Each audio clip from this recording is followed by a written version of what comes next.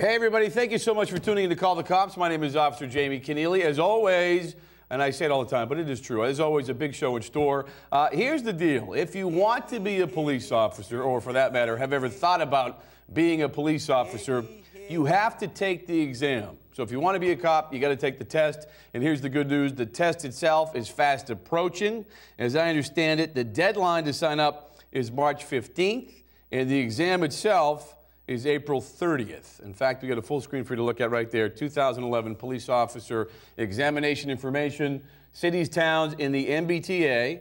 Again, application deadline March 15th. Exam date is April 30th. We're going to discuss who's going to, everything you need to know about taking the test, preparing yourself for the test, who's eligible, and of course, as always, for more information, you can go to bpdnews.com. All right, before we bring up tonight's guest, a couple things we want to discuss. First things first, I don't know if you heard about this mustache contest taking place over at District B2. This is cool stuff. Take a listen to this. On the 13th day of February, 2011 AD, the year of our Lord, it is my illustrious pleasure to declare B2, Grow a Stash, Give Some Kids Some Cash, mustache growing contest officially open. What the contest is grow a mustache to give some kids some cash. It all started with Officer Onashuk, who was growing a mustache for a 70s party that he was attending. Sergeant Gary Ryan thought it would be a good idea to have a group of guys get together, grow some mustaches, donate some money to a charity. Charity that we're looking at right now is to send kids from Roxbury to a summer camp, underprivileged kids. As stated, the rules are as follows. Present a clean-shaven upper lip on February 13th, 2011. You can only grow a mustache, no beards or goatees. The contest lasts 30 days. Everybody actually really loved the idea. A lot of guys were like, yeah, sounds like a good idea, Be a fun time just to sit there and grow a mustache, have a group of guys do it, So without further ado, gentlemen, start your stashes. Good stuff. I mean, seriously, how cool is that? Grow a stash for charity. Guys over at District B2 doing some great stuff. So hopefully we'll have results of the stash contest soon enough. All right, real quick, last week's guest, Gina Patterson. Don't know if you knew this, but she recently appeared in the Improper Bostonian magazine. That's Gina to the right. Want to thank Gina as well as Maribel Crespo for coming on the show last week to discuss the work that they do in the homicide unit. But that's pretty cool, huh? Showing up in a mag. I don't know if tonight's guests were in a magazine. We'll find that out soon enough. But Gina Patterson was, and of course we had to show that to you. And Gina was great on the show as well as Officer Maribel Crespo. Janine Mitchell, I guess, was supposed to be here tonight, but we'll get to that in a second. All right, other quick stuff we want to get to. 4 of our officers recently deployed to Afghanistan. One of the 4, Lieutenant Bobby Dwan out of District E13 in Jamaica Plain, stopped by police headquarters to basically say thank you to the commissioner and his captain for allowing him to go serve his country and come back and have his job waiting for him upon his return. Here's what they had to say. And this is a way for the Department of Defense and the service member to say thank you to the company or individual or supervisor who's been supportive of their military service. It doesn't mean extra pay, but it means being supportive, thanking them for the service, being able maybe to rearrange a schedule or something like that so they can serve. And right now we have an all-volunteer force, and it's very important that we maintain the force, and supportive supervisors are one of the backbones of allowing the men and women to serve their country. So if you have kids, your kids aren't getting drafted because we have people like Lieutenant Dwan that are willing to serve. And I think that's huge. So they need all the support they can get from us because we have a volunteer military, and the only way you're going to continue to have a volunteer military is if we support it, and which allows our employees to go and do this. Well, I feel that they need to know that we support them as well. I mean, I'm out there working every day with the police department, doing my job. Now I'm being activated, and they support me, and I just want to let them know that I appreciate their support for myself and my family, and know they're doing the right thing. We hope to see Bobby, obviously, and the other 4 officers home safe and home soon. All right, Christmas season, I know it's come and gone, but you got to talk about, no, we can still talk about it, Davey. The article in the Boston Herald, Blue Angels was the caption. Deborah Blandon and I believe Carolyn Kennedy on the cover. Celtics recently honored them. Celtics, I guess, have this Heroes Among Us thing that they do at halftime of the Celtics games. And Deborah and Carolyn had the chance to go to the game and be honored. So good for them. For those who don't know the story, they bought Christmas presents for a family and needed some Christmas cheering up, if you will. So kudos to those guys. More magazine stuff, more people on the cover of magazines. This is our Director of Communications, one Miss Elaine Driscoll, who recently appeared on the cover of PR Week. I don't know if you guys read PR Week.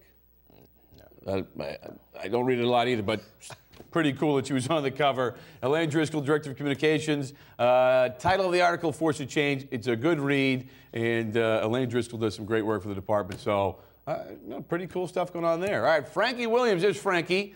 Frankie, an officer out of District C6 in Southie, recently named the Eastern Massachusetts Tennis Volunteer of the Year for all the great work he does with the Boston Police tennis team, working with kids, working with youth in Southie and all parts of the city. So congratulations to Officer Frank Williams for the honor he recently received. Our objective is to have, you know, not necessarily to raise pros, but to make good human beings. I mean, these kids aren't bad. It's just they see so much. And because they see so much, they react to it. Now we give them tennis, they can react to tennis. Everything is contained, and they can have a great time. Frankie, good stuff there. All right, last but not least, you know, we love talking about one of my, in this show's, favorite charities, Cops for Kids with Cancer. Cops for Kids with Cancer organization doing some great stuff. Recently stopped by E13 and JP to drop off some money. So if you want to help out Cops for Kids with Cancer, check out their website, copsforkidswithcancer.org. Cops for Kids with Cancer is an organization of retired police officers, active police officers, friends of law enforcement. And the main thing is that everyone's a volunteer and no one gets a salary. And what we do is we raise money in different ways to take care of families that have a child with cancer and having some financial difficulties, and we help them along the way. Willem is 14 months. He was diagnosed on tax day, of all days. Mm-hmm. And so he was diagnosed with ALL, acute lymphoblastic leukemia. But he's doing very well. Copsforkidswithcancer.org. All right, real quick, we can't show this information to you enough. If you want to be a police officer, you got to take the exam. The sign-up deadline is March 15th. The exam itself is scheduled for April 30th. For more information, well, you're about to get a bunch of information. But for more information, we urge you or ask you to visit bpdnews.com. All right, without any further ado, tonight's guests. We got a heck of a panel. Detective Bryan Rivers. Where are you assigned, Bryan? Currently, I'm assigned to the Suffolk County District Attorney's Office. Suffolk County District Attorney's Office. But I am detailed to recruit investigations. To recruit investigations. And Police Officer Tom O'Connor from the MBTA. Yes, sir. Thank you. Thank you both for coming on the show. One quick question off the top. Janine Mitchell, what's her excuse for not showing up here today? She said personal reasons. Oh, I won't dwell into it right now. Okay, Janine, personal reasons. I guess that you're all set. All right. Here's the deal. I mean, we all took the police exam to become police officers. The exam is fast approaching. Sign-up deadline, March 15th. The exam itself is April 30th. But I got to ask you off the top. Obviously, you know, we all became cops for a reason. Tonight, we want to encourage people to take the exam, to hopefully one day join the departments, your department, our department. Let me ask you off the top, Bryan, what made you take the test back in the day, and what made you decide to become a police officer? Well, I'm a second generation. My father was a police officer, and so was my uncle. I saw the changes in the community that they made. Mm-hmm. I saw the difference they made also. And I always wanted to follow in their footsteps and be like them. And hopefully I'm doing so. Making a difference. Yep. Tom, same question. I mean, obviously that'd be a reason, you decided to take the test. You've been on 6 years? Yeah, almost 6 years. Almost 6 years. So you decided to become a police officer. What made you join the force? I was actually in college at a business school where I graduated from, and my sophomore year I just wasn't feeling it, and it was something that was kind of brewing for a couple of years, and I stayed in school and completed my degree, but after that I decided to do something I know I'd be happy with, and it's just a perfect fit for me. I mean, and tonight's show is about, again, encouraging people on what we do, asking them to sign up for the exam. Again, March 15th, the deadline. For you, I mean, you've been on for 15 years. 15? Wow, you don't look like you've been on for more than 14 or 13. I'm sorry. Thank you. But I mean, what's the best part of the profession for you? I mean, obviously, you know, making a difference, helping people's got to be a big part of it. But what's it been for you? Basically, the interaction with everyday citizens. It's amazing how every day it's like something. You'll see something that's different than before. You meet someone different. When I was a police officer in the crossing, you met people from all types of places, locations, races, nationalities. So it's a different thing being a police officer than the normal job. That's a great answer, Tom. Same thing. What is it about? What do you like about the job? I mean, just at its core, it's about helping people. So whether you go to a call and you make an arrest and you help a victim, or I'm standing at North Station, I give someone directions, and they leave there knowing that police officer who they went up to, feeling that they should be helped, help them. It's just really, that's really, I think, what it's all about.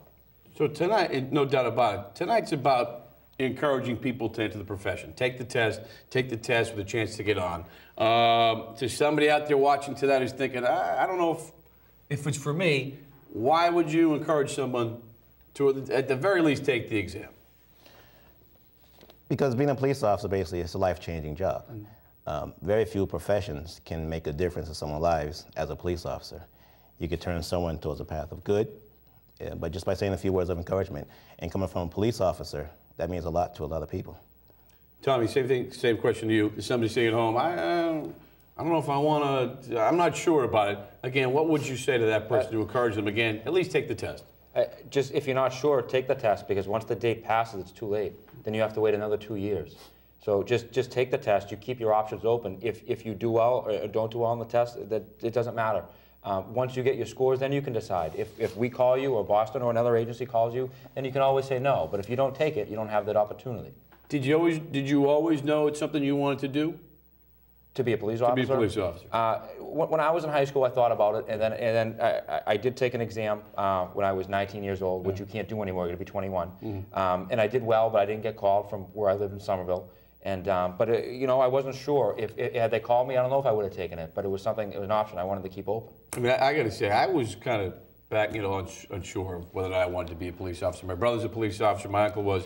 But it's funny when you try something and give it a chance to find whether or not it's something you like or dislike. I love the job. You know, I haven't regretted being on this job for a second. And for many of the reasons you guys have already stated, you know, you do have a difference. I mean, a chance to make a difference and help people. Not every day you don't feel it, but there are those moments and days where you do get a chance to do it. And you're like, you know, wow, it's true what they say. You can help people in the smallest of ways, be it giving directions or making a big arrest or what have you.